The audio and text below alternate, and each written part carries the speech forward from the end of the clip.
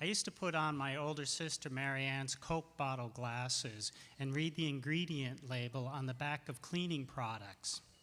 I wanted to wreck my eyes so that I could get glasses, aviator glasses, like the dad on my favorite TV show, The Courtship of Eddie's Father.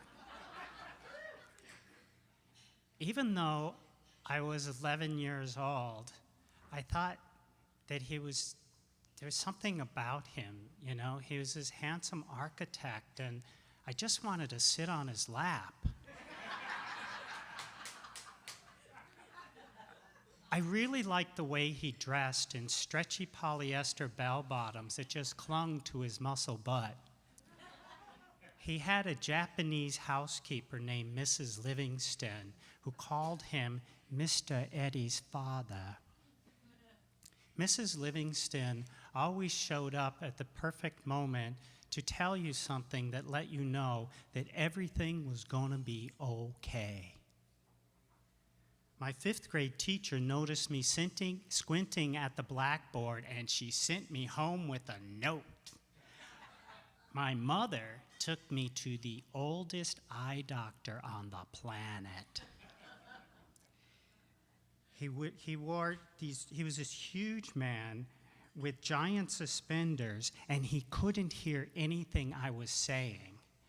He sent me home with a pair of black frame eyeglasses that made me look like an FBI agent.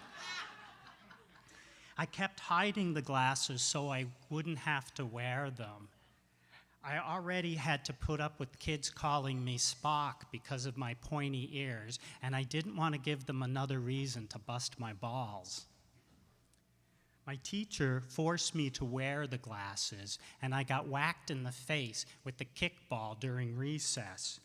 For months, kids teased me, and I felt like I wrecked my eyes for nothing.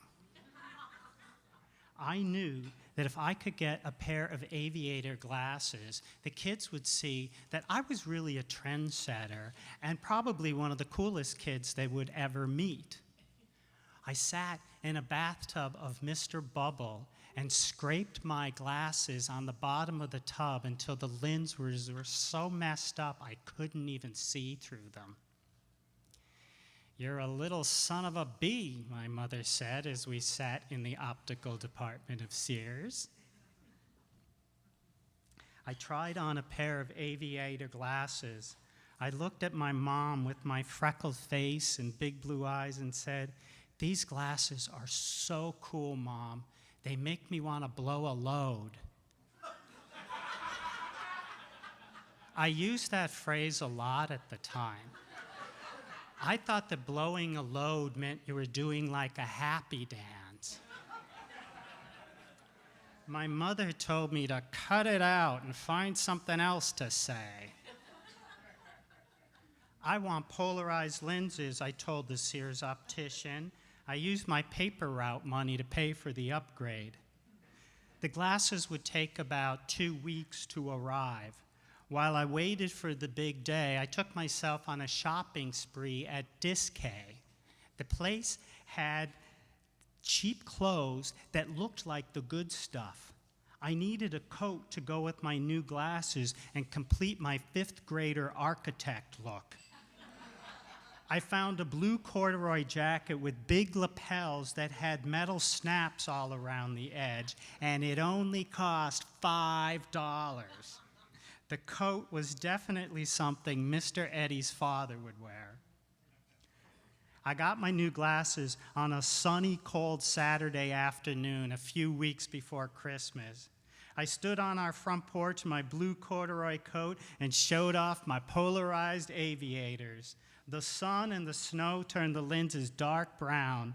Sunglasses in the snow seemed so sophisticated that I felt like blowing a load. I wanted to do it right there on the porch and have as many neighbors watch as possible. I decided to get out the stepladder and put up the single strand of Christmas lights that we hung every year. We lived in a double house, and the string of lights only covered our half. I stood on the ladder with the wires and lights pulled underneath me. I stapled the end of the cord to the roof line and started to make my way around the edge of the porch. Two girls from the dumpiest part of town headed down the street towards our house. It was Jane McDonald and Ellen Kuba. They both called me Spock at school. Jane was a couple years older than me. She wore a cheap powder blue parka with fake fur around the edge of the hood. Our porch stood about 8 feet up from the sidewalk. From the top of the ladder, I looked down at both of them. I waited for them to tell me how great I looked, but they ignored me. As they passed, I pretended not to notice them either as I sang a song.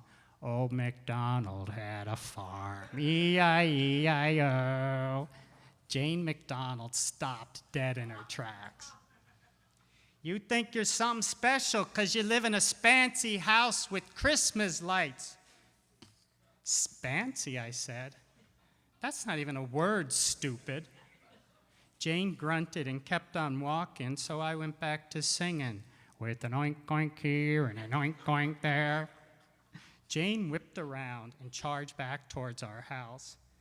This is private property, I yelled, and I pointed the staple gun at her. It's against the law to trespass.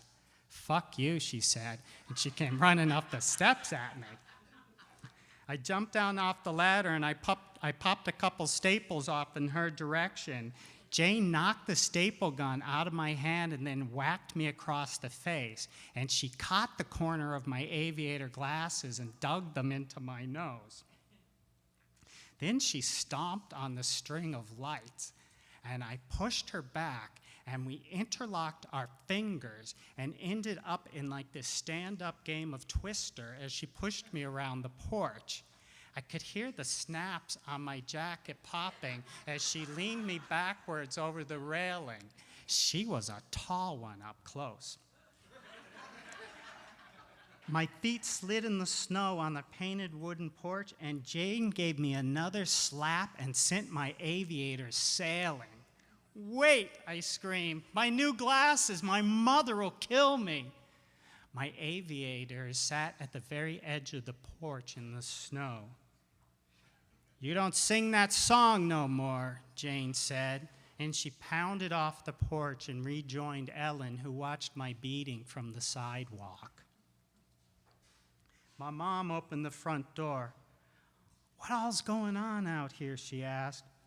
Some girls from school stopped by, I said. We were just blowing our loads.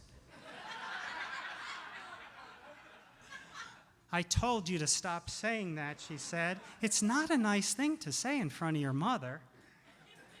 For some reason, my mom hated modern slang, probably because she was old, so I just said, okay. My mom looked at all the slide marks in the snow from where Jane and I tangled. She spotted the broken Christmas lights on the floor. You mean well, honey, she said, but sometimes you are such a pain in the ass. Then she disappeared back into the house. I thought to myself that Mrs. Livingston probably would have said something a little more encouraging at that time. My nose hurt from where Jane slapped my glasses into my face. I ran into the bathroom to see if I was all right. I looked in the mirror and watched my aviators turn from dark brown to clear. The metal frames were just a little bit crooked. I saw a cut on the side of my nose, and one of the snaps was torn off my jacket. I blurred my eyes just a little bit, and I thought, even though my outfit was officially ruined, I still looked a lot like Mr. Eddie's father.